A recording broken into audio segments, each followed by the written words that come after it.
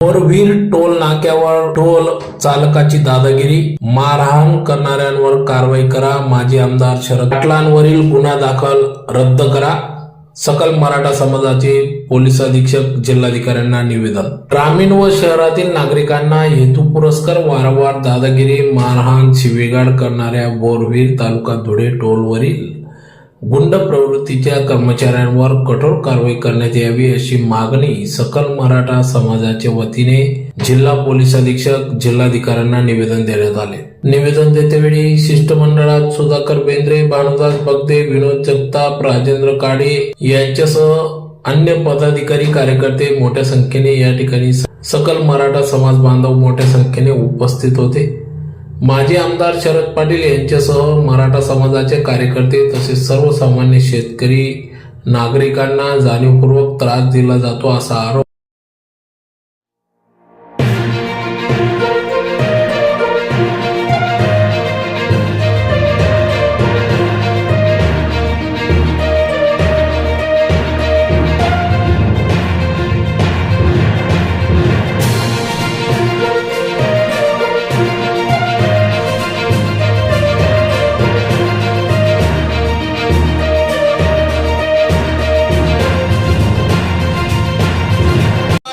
Doctor Sharad Patil साहेबांवर झालेल्या अन्यायाचा या गुन्ह्याची सखोल चौकशी प्राध्यापक शरद पाटील सरांवर झालेल्या अन्यायाचा प्राध्यापक शरद पाटील सरांवर झालेल्या अन्यायाचा हा गुन्हा रद्द हा गुन्हा रद्द शरद पाटील माफियावर कारवाई या टोल माफियावर कारवाई गुंडगर्दी मुक्त टोल नाका गुंडगर्दी मुक्त टोल नाका छत्रपती संभाजी महाराज की जय. मराठा मराठा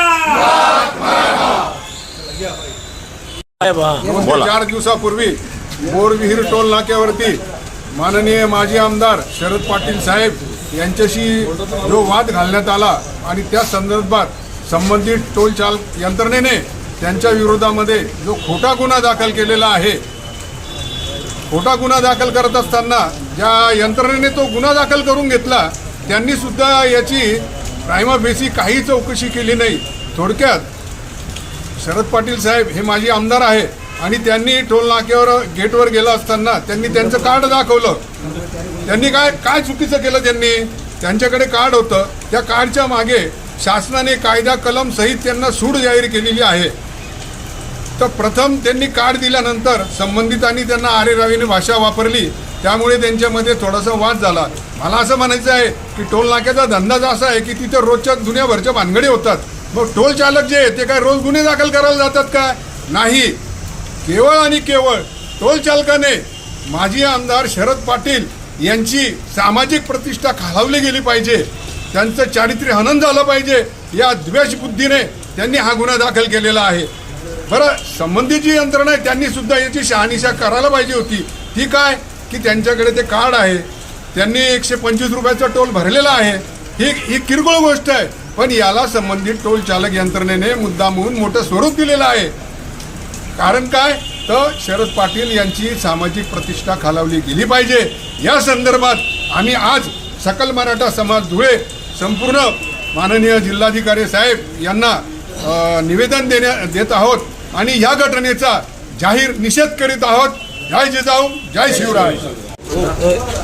गेल्या 4-5 दिवसापूर्वी आदरणीय माजी आमदार शरद पाटील सर हे मुंबईवरून धुळ्याकडे येत असताना बोरविहीर टोल नाक्यावरती त्या ठिकाणी त्यांना अडवण्यात आलं आणि त्यांना टोल भरण्यासाठी त्या ठिकाणच्या कर्मचाऱ्यांनी प्रवृत्त केलं होतं.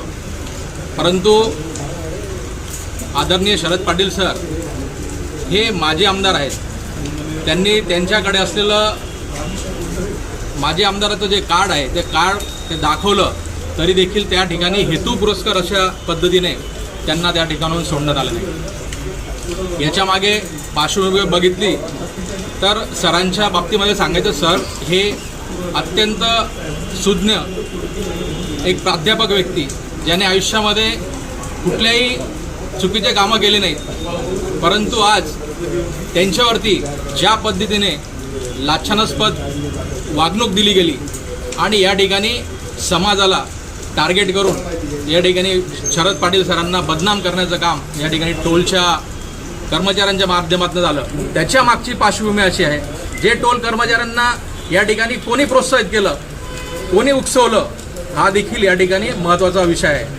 हा टोल चालवणारे सारांश जी भावसार यांचा हा टोल आहे आणि ह्या टोलच्या माध्यमातून आता त्यांची पार्श्वभूमी बघितली, जर त्यांनी याच्या अगोदर देखील अशा पद्धतीने त्यांच्या हातून देखील गुन्हेगारी प्रवृत्तीचे कृत्य घडलेले आहेत.